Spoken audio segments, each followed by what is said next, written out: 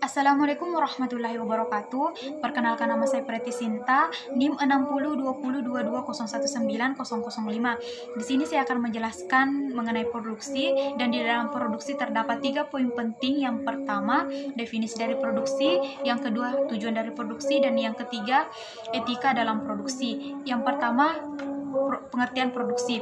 Produksi adalah kegiatan yang dilakukan oleh manusia untuk menghasilkan suatu produk, baik itu barang ataupun jasa yang nantinya akan dimanfaatkan oleh konsumen. Secara teknis, produksi dapat diartikan sebagai proses mentransformasikan input menjadi output. Sedangkan dalam ilmu ekonomi, produksi didefinisikan sebagai suatu cara untuk menghasilkan output dan karakter-karakter yang melekat padanya. Adapun definisi produksi dalam Islam yaitu usaha untuk mengeksploitasikan sumber-sumber daya untuk bermanfaat bagi ekonomi.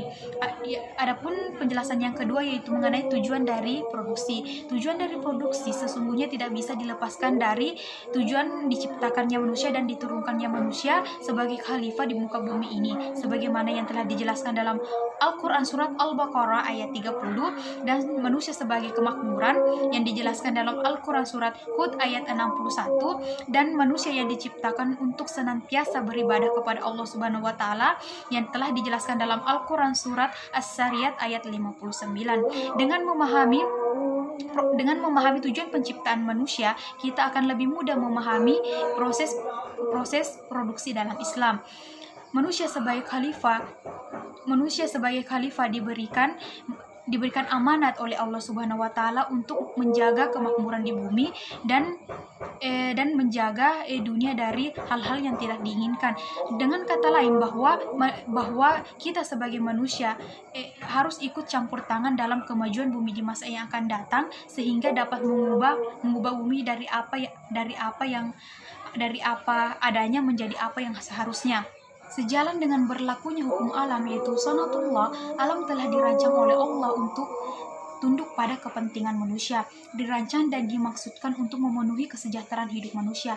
Karena itu, mereka harus melakukan berbagai aktivitas termasuk di bidang ekonomi, diantaranya produksi. Melakukan aktivitas produksi merupakan suatu kewajiban yang harus dilakukan oleh manusia untuk memenuhi kebutuhan hidupnya sehingga tercapai kesejahteraan lahir dan batin.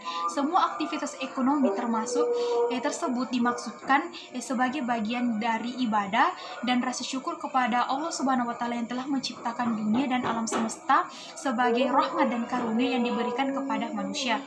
Produksi bertujuan untuk memenuhi kebutuhan-kebutuhan pokok umat manusia dan berusaha agar setiap orang dapat hidup dengan layak sesuai dengan martabat sebagai khalifah Allah Subhanahu wa taala. Dengan kata lain, tujuan produksi adalah tercapainya kesejahteraan ekonomi. Sedangkan dalam ekonomi konvensional, tujuan produksi secara makro adalah untuk memenuhi kebutuhan masyarakat dan mencapai kemakmuran nasional dalam suatu negara. Adapun tujuan produksi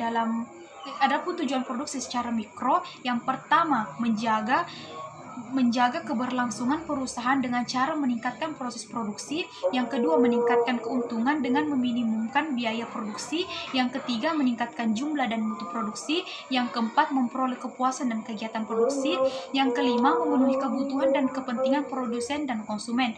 Terlihat dari penjelasan di atas bahwa tujuan dari produksi dalam ekonomi konvensional adalah untuk memperoleh laba sebesar-besarnya, sedangkan tujuan produksi dalam ekonomi Islam sangat berbeda, yaitu bertujuan untuk memberikan maslahah yang maksimum bagi konsumen. Adapun tujuan kegiatan produksi adalah untuk meningkatkan kemaslahatan yang bisa diwujudkan dalam berbagai bentuk. Yang pertama, memenuhi kebutuhan manusia pada tingkat moderat. Yang kedua, menentukan kebutuhan masyarakat dan pemenuhannya. Yang ketiga, menyiapkan persediaan barang dan jasa di masa yang akan datang. Dan yang keempat, memenuhi sarana bagi kegiatan sosial dan ibadah kepada Allah Subhanahu wa taala. Yang ketiga, etika bisnis dalam produksi. Etika dalam berproduksi sejak dari kegiatan mengorganisasikan faktor produksi, proses produksi hingga pemasaran, pelayanan kepada konsumen semuanya harus mengikuti moralitas Islam. Produksi barang dan jasa yang dapat merusak moralitas dan menjauhkan manusia dari nilai-nilai religius tidak diperkenankan. Adapun nilai yang penting dalam memproduksi adalah yang pertama ihsan, yaitu sungguh-sungguh dalam berusaha. Yang kedua iman, takwa, maslahah dan istiqomah. Yang ketiga bekerja pada bidang yang telah dihalalkan oleh Allah Subhanahu wa taala. Ahlak utama yang harus kita perhatikan sebagai seorang muslim yaitu dalam bidang produksi, yaitu kita harus bekerja pada bidang produksi yang telah dihalalkan oleh Allah Subhanahu wa taala, karena usaha yang di dalamnya terdapat unsur kezaliman dan mengambil hak orang lain secara batil sangat tidak dibenarkan oleh syariat dan sangat diharamkan oleh Islam. Suatu usaha yang dijalankan dengan sungguh-sungguh dan mengikuti syariat Islam, insya Allah akan mendapatkan keberkahan di dalamnya, baik di dunia maupun di akhirat. Bismillahirrahmanirrahim. Saya Umut Asmi Syahrini akan menjelaskan materi tentang distribusi. Distribusi menurut Kamus Besar Bahasa Indonesia adalah penyaluran, pembagian, dan pengiriman kepada beberapa orang atau ke beberapa tempat, baik pembagian barang kebutuhan sehari-hari, terutama dalam masa darurat oleh pemerintah kepada pegawai negeri atau penduduk dan lain sebagainya. Sedangkan menurut para ahli, distribusi adalah suatu proses penyaluran atau penyampaian hasil produksi berupa barang atau jasa dari produsen ke konsumen guna memenuhi kebutuhan manusia baik primer maupun sekunder. Baik, selanjutnya tujuan distribusi, di mana distribusi dalam ekonomi Islam dikelompokkan sebagai berikut. Yang pertama yaitu tujuan dakwah. Yang dimaksud dakwah di sini adalah dakwah kepada Islam dan menyatukan hati kepadanya. Kemudian yang kedua yaitu tujuan pendidikan. Secara umum distribusi dalam perspektif ekonomi dapat mewujudkan beberapa tujuan pendidikan. Di antaranya pendidikan terhadap akhlak terpuji seperti suka memberi, berderma, dan mengutamakan orang lain. Kemudian yang ketiga yaitu tujuan sosial. Tujuan sosial terbagi atas 4. Yang pertama yaitu memenuhi kebutuhan kelompok yang membutuhkan dan menghidupkan kelompok prinsip solidaritas di dalam masyarakat muslim. Kemudian yang kedua menguatkan ikatan cinta dan kasih sayang di antara individu dan kelompok di dalam masyarakat. Kemudian yang ketiga mengikis sebab-sebab kebencian dalam masyarakat yang akan berdampak pada terrealisasinya keamanan dan ketentraman dalam masyarakat. Kemudian yang keempat yaitu keadilan dalam distribusi. Kemudian yang keempat yaitu tujuan ekonomi. Tujuan ekonomi terbagi atas 4 pula. Yang pertama yaitu pengembangan harta dan pembersihannya. Pemilik harta ketika menginfakkan sebagian hartanya kepada orang lain baik infak wajib maupun sunnah. Kemudian yang kedua yaitu memberdayakan sumber daya manusia yang menganggur dengan terpenuhi kebutuhan tentang harta atau persiapan yang lazim untuk melaksanakannya dengan melakukan kegiatan ekonomi. Kemudian yang ketiga yaitu andil dalam merealisasikan kesejahteraan ekonomi, di mana tingkat kesejahteraan ekonomi berkaitan dengan tingkat konsumsi. Kemudian yang keempat yaitu penggunaan terbaik terhadap sumber ekonomi. Bismillahirrahmanirrahim. Assalamualaikum warahmatullahi wabarakatuh. Baiklah, saya akan melanjutkan pemaparan dari teman saya mengenai tentang ekonomi bisnis, distribusi, ekonomi bisnis, produksi, distribusi, dan konsumsi. Baik, mengenai tentang prinsip-prinsip distribusi. Distribusi adalah suatu hal yang sangat penting dalam teori ekonomi mikro Islam. Kenapa? Kenapa hal itu? Karena pembahasan distribusi itu tidak hanya berkaitan dengan aspek-aspek ekonomi, tetapi juga aspek sosial dan politik. Kemudian, distribusi harta kekayaan merupakan masalah yang sangat urgen atau masalah yang sangat penting dalam mewujudkan pemerataan ekonomi masyarakat. Agar distribusi memberikan signifikan yang memadai, maka kita perlu memperhatikan prinsip-prinsip distribusi. Prinsip-prinsip distribusi yaitu yang pertama yaitu prinsip keadilan dan pemerataan. Keadilan dalam distribusi dimaksudkan sebagai suatu kebebasan melakukan aktivitas ekonomi yang berada dalam bingkai etika dan norma-norma Islam. Sesungguhnya kebebasan yang tidak terbatas itu sebagaimana dianut ekonomi kapitalis akan mengakibatkan ketidakserasian antara pertumbuhan produksi dengan hak-hak orang yang tidak mampu dalam ekonomi sehingga mempertajam jurang pemisah antara yang kaya dengan yang miskin, yang dimana pada akhirnya akan menghancurkan tatanan masyarakat sosial. Kemudian, distribusi dalam ekonomi kapitalis itu dilakukan dengan cara memberikan kebebasan berusaha bagi semua kebebasan individu masyarakat, sehingga setiap individu masyarakat itu bebas memperoleh kekayaan sejumlah yang ia mampu kekayaan sejumlah yang ia mampu dan sesuai dengan faktor produksi yang demikian yang dimilikinya, dengan tidak memperhatikan apakah pendistribuan tersebut merata ataukah tidak. Kemudian, prinsip persaudaraan dan kekayaan. Konsep persaudaraan atau uhwah dalam Islam itu menggambarkan solidaritas individu dan sosial dalam masyarakat Islam yang tercermin dalam pola hubungan sesama Muslim. Kemudian, rasa persaudaraan itu harus ditanamkan dalam hati yang paling dalam supaya itu tidak mudah tergoyahkan atau tidak mudah terpecahkan. Kemudian, distribusi harta kekayaan dalam Islam itu sesungguhnya sangat memperlihatkan prinsip zakat, infak, sedekah, dan lain sebagainya. Hal itu diberikan kepada umat Islam. Agar ekonomi mereka itu semakin baik. Prinsip persaudaraan dalam kasih sayang ini digambarkan juga dalam Quran surah Al-Hujurat ayat 10 yang artinya maka apakah mereka itu tidak pernah mengadakan perjalanan di bumi sehingga dapat memperlihatkan bagaimana kesudahan orang-orang yang sebelum mereka. Allah telah membinasakan mereka dan bagi orang-orang kafir dan menerima nasib yang serupa. Kemudian prinsip yang ketiga yaitu prinsip solidaritas sosial. Prinsip solidaritas sosial ini dalam ekonomi Islam mengandung elemen-elemen dasar, yang antaranya yang pertama itu sumber daya alam yang harus dinikmati oleh seluruh makhluk Allah. Kemudian yang kedua yaitu adanya perhatian terhadap fakir miskin, terutama untuk kalangan orang kaya. Kemudian yang ketiga yaitu kekayaan itu tidak boleh dinikmati dan hanya beredar di kalangan orang kaya saja. Kemudian yang keempat itu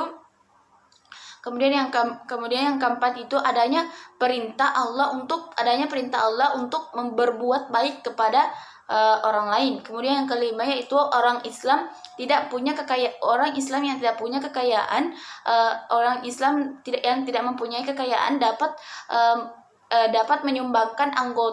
menyumbangkan tenaganya dalam kegiatan sosial.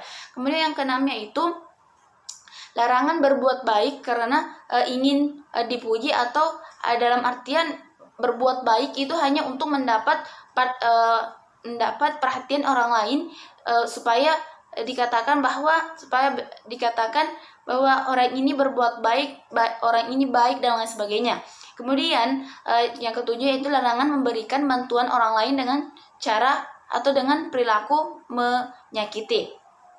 Kemudian yaitu etika bisnis dalam distribusi. Etika distribusi merupakan etika moral atau segala hal yang harus dilakukan dalam melakukan kegiatan distribusi.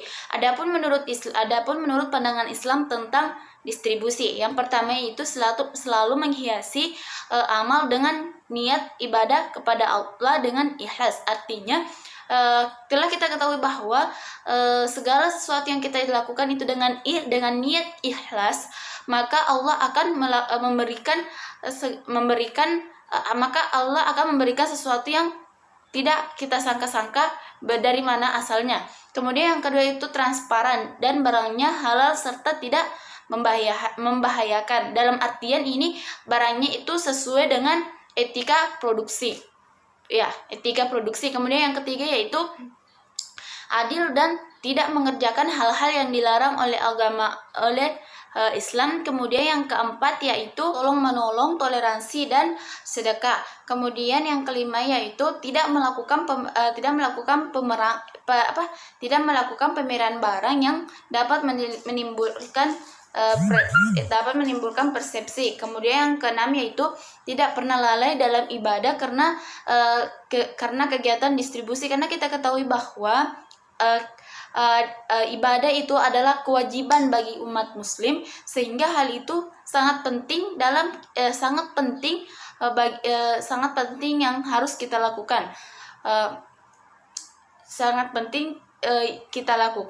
Karena ibadah itu merupakan pondasi iman kita. Kemudian larangan ihtikar. Kita ketahui bahwa ihtikar itu adalah sengaja menahan atau menimbun barang, sengaja menahan atau menimbun barang supaya di waktu-waktu tertentu harganya akan melonjak naik. Kemudian mencari keuntungan yang tidak wajar, artinya mengambil keuntungan dari satu produk itu secara tidak wajar, seperti mengambil untung 2 kali lipat dari modal dan lain sebagainya. Kemudian distribusi kegiatan yang meluas, kemudian kesamaan sosial artinya dalam distribusian itu tidak ada diskriminasi dan berkasta-kasta, semuanya sama dalam mendapatkan ekonomi. Mungkin itu saja. Sekian, wassalamualaikum warahmatullahi wabarakatuh. Bismillahirrahmanirrahim. Assalamualaikum warahmatullahi wabarakatuh. Perkenalkan, saya Nur Hidayah, NIM 602-022-019-019. Akan melanjutkan pemaparan materi sebelumnya, yakni mengenai konsumsi. Konsumsi ini ada 3 poin penting, yaitu mengenai pengertian atau definisi konsumsi, tujuan konsumsi, dan prinsip konsumsi. Baik, langsung saja. Pengertian atau definisi konsumsi. Konsumsi ialah suatu kegiatan yang bertujuan untuk mengurangi atau menghabiskan daya guna suatu benda, baik itu berupa barang maupun jasa, untuk memenuhi kebutuhan atau kepuasan manusia secara langsung. Sedangkan konsumen adalah setiap orang pemakai barang atau jasa yang tersedia dalam masyarakat, yang berguna untuk diri sendiri, keluarga, orang lain maupun makhluk hidup lain, dan tidak untuk diperdagangkan. Sehingga dapat didefinisikan secara umum bahwa konsumsi ialah penggunaan jasa atau barang untuk memenuhi kebutuhan manusia. Dalam ekonomi Islam, konsumsi memiliki pengertian yang sama, namun memiliki perbedaan dalam setiap yang melingkupinya. Konsumsi ekonomi Islam bersumber dari fitrah manusia yang suci, tidak berdasarkan hasrat maupun nafsu. Karena jika kegiatan konsumsi itu dilakukan berdasarkan hasrat maupun nafsu, maka hal tersebut cenderung akan mendorong manusia kepada keburukan.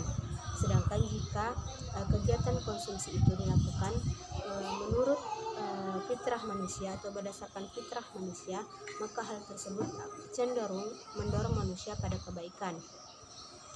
Kemudian ukuran ekonomi Islam itu berdasarkan fungsi atau kegunaannya. Jika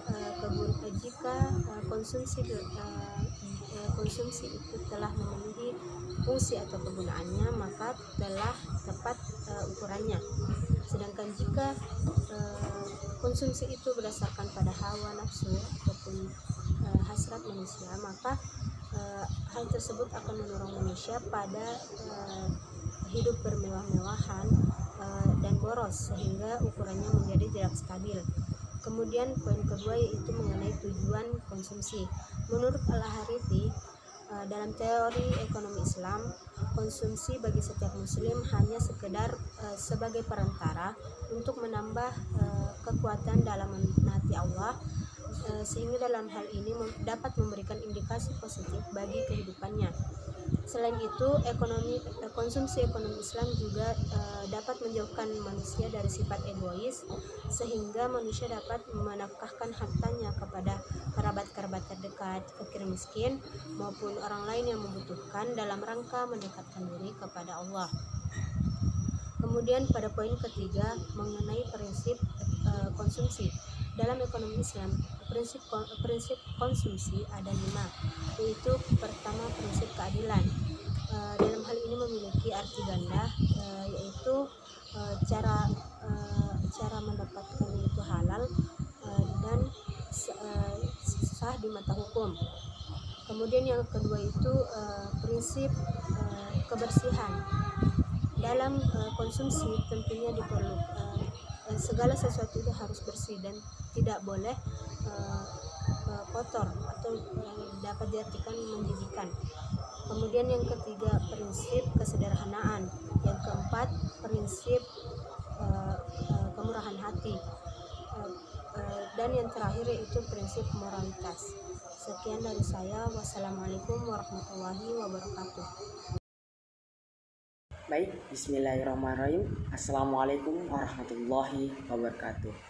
Perkenalkan, nama saya Ahmad Gus Ali, NIM 6020220019 032, Prodi Ekonomi Syariah kelompok 1 semester 3. Baik, saya akan melanjutkan materi dari teman saya. Ada 2 pokok pembahasannya. Yang pertama adalah prinsip konsumsi dan yang kedua adalah etika bisnis dalam konsumsi. Baik, yang pertama adalah prinsip dasar konsumsi. Prinsip dasar konsumsi ini menurut Haroni Doli Haji Ritonga pada tahun 2006. Ada beberapa. Yang pertama adalah prinsip syariah. Prinsip syariah ini terbagi atas beberapa. Ada 3. Yang pertama adalah prinsip tauhid. Nah, prinsip tauhid ini yakni adalah suatu hakikat konsumsi dalam rangka beribadah kepada Allah Subhanahu wa taala sehingga senantiasa berada dalam pengawasannya. Dan yang kedua adalah prinsip ilmu.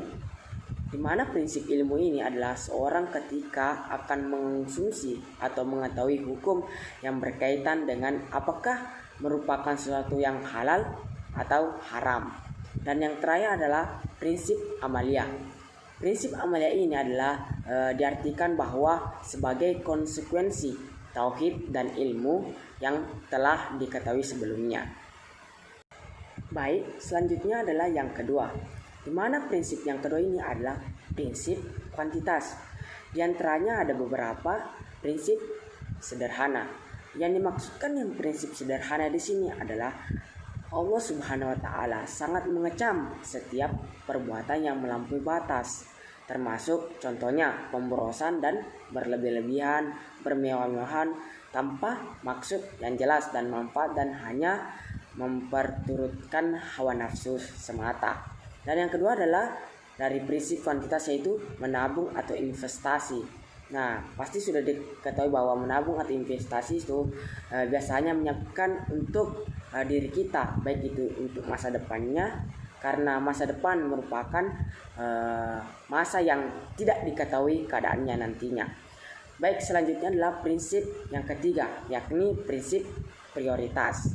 Nah, di mana prinsip prioritas ini memperhatikan urutan kepentingan yang harus diprioritaskan agar tidak terjadi kemudaratan dan sebagainya.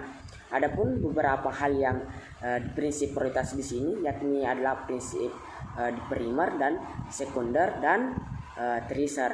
Di mana primer ini yang dimaksudkan adalah konsumsi dasar yang hidup dan menegakkan kemaslahatan baik dirinya di dunia maupun dirinya di agama. Selanjutnya yaitu sekunder. Nah, di sekunder ini dimaksudkan bahwa konsumsi untuk menambah atau meningkatkan tingkat kualitas hidup yang lebih baik. Selanjutnya adalah tersier. Di mana tersier di sini adalah maksud adalah untuk memenuhi konsumsi baik manusia yang jauh lebih membutuhkannya. Baik, Yang selanjutnya adalah poin yang kedua, di mana di sini adalah etika bisnis dalam konsumsi. Nah, etika bisnis dalam konsumsi ini secara umum meliputi dalam Islam, yaitu yang pertama adalah sederhana tetapi efektif dan efisien. Maksud dari kata ini adalah efektif dan efektivitas. Dalam kegiatan produksi dapat digambarkan dengan sejauh mana tingkat output yang diinginkan tercapai. Sedangkan jika dikaitkan dengan konsumsi, maknanya adalah sejauh mana konsumsi tersebut berhasil mencapai tujuan. Yang kedua adalah memperhatikan yang halal dan thayyib.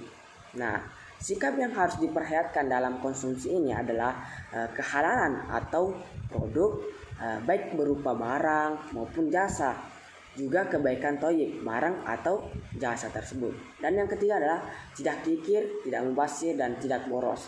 Nah, mubazir diartikan sebagai tidak memahami tempat-tempat atau kondisi-kondisi kebutuhan, baik itu dari kikir maupun mubazir dan boros. Dan selanjutnya adalah yang terakhir, yaitu poin yang keempat dari etika bisnis dan dalam konsumsi, yakni adalah bersyukur kepada Allah dan memperhatikan hak-hak orang lain. Nah, di mana di sini dimaksudkan bahwa nikmat konsumsi yang didapatkannya seseorang adalah atas anugerah Allah Subhanahu wa taala. Oleh karena itu, hendaknya seorang tidak lupa untuk selalu bersyukur kepadanya. Mungkin itu sedikit dari penjelasan dua pokok pembahasan dari saya, baik itu dari prinsip konsumsi dan etika bisnis dalam konsumsi. Wabillahi taufiq wal hidayah. Wassalamualaikum warahmatullahi wabarakatuh.